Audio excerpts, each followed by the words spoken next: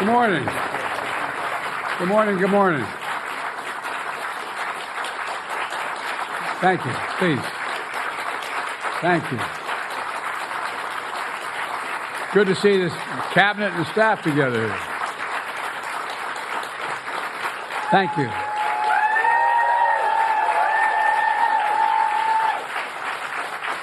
Thank you, thank you, thank you. Please.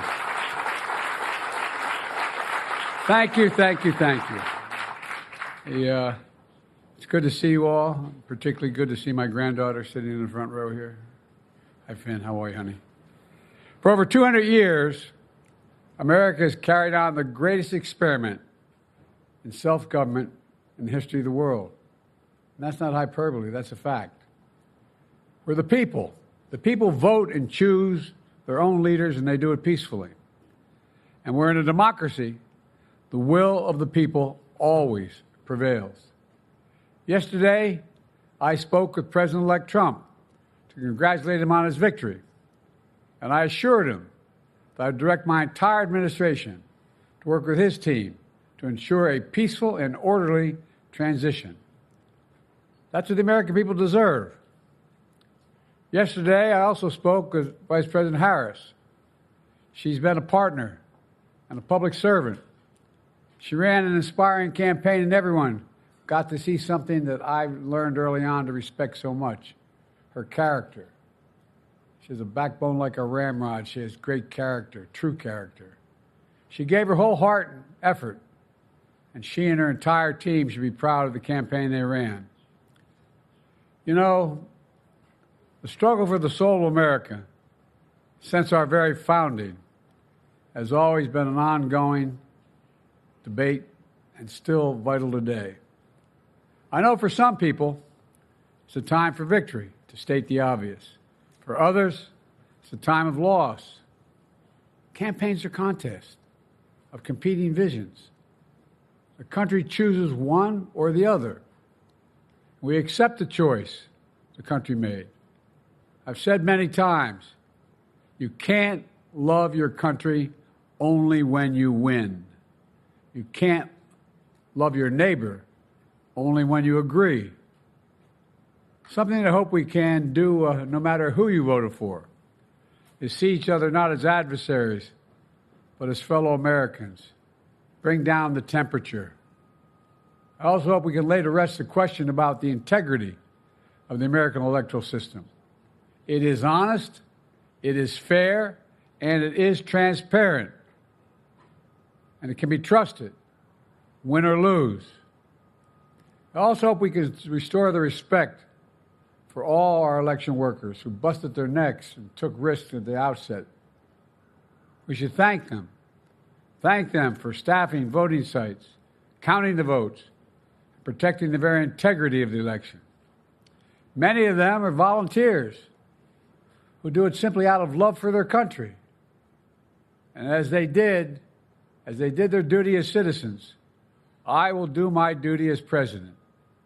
I'll fulfill my oath, and I will honor the Constitution. On January 20th, we'll have a peaceful transfer of power here in America. To all our incredible staff, supporters, cabinet members, all the people who've been hanging out with me for the last 40 years, God love you, as my mother would say. Thank you so much. You put so much into the past 4 years. I know it's a difficult time. You're hurting. I hear you and I see you. But don't forget all that we accomplished. It's been a historic presidency. Not because I'm president, because what we've done, what you've done. A presidency for all Americans. Much of the work we've done is already being felt by the American people, but the vast majority of it will not be felt over the next 10 years. We have legislation we passed that's just only now just really kicking in. We're going to see over $1 trillion worth of infrastructure work done, changing people's lives in rural communities and communities that are in real difficulty because it takes time to get it done. And so much more it's going to take time, but it's there. The road ahead is clear, assuming we sustain it. There's so much we can get done. and will get done based on the way the legislation was passed. And it's truly historic. You know, we're leaving behind the strongest economy in the world. I know people are still hurting, but things are changing rapidly. Together, we've changed America for the better. Now we have 74 days to finish the term, our term. Let's make every day count. That's the responsibility we have to the American people. Look, folks, you all know it in your lives. Setbacks are unavoidable, but giving up is unforgivable. Setbacks are unavoidable, but giving up is unforgivable. We all get knocked down, but the measure of our character, as my dad would say, is how quickly we get back up. Remember, a defeat does not mean we are defeated. We lost this battle. The America of your dreams is calling for you to get back up. That's the story of America for over 240 years and counting. It's a story for all of us, not just some of us. The American experiment endures. We're going to be okay, but we need to stay engaged. We need to keep going. And above all, we need to keep the faith. I'm so proud to have worked with all of you. I really mean it. I sincerely mean it. God bless you all. God bless America. And may God protect our troops. Thank you, thank you, thank you.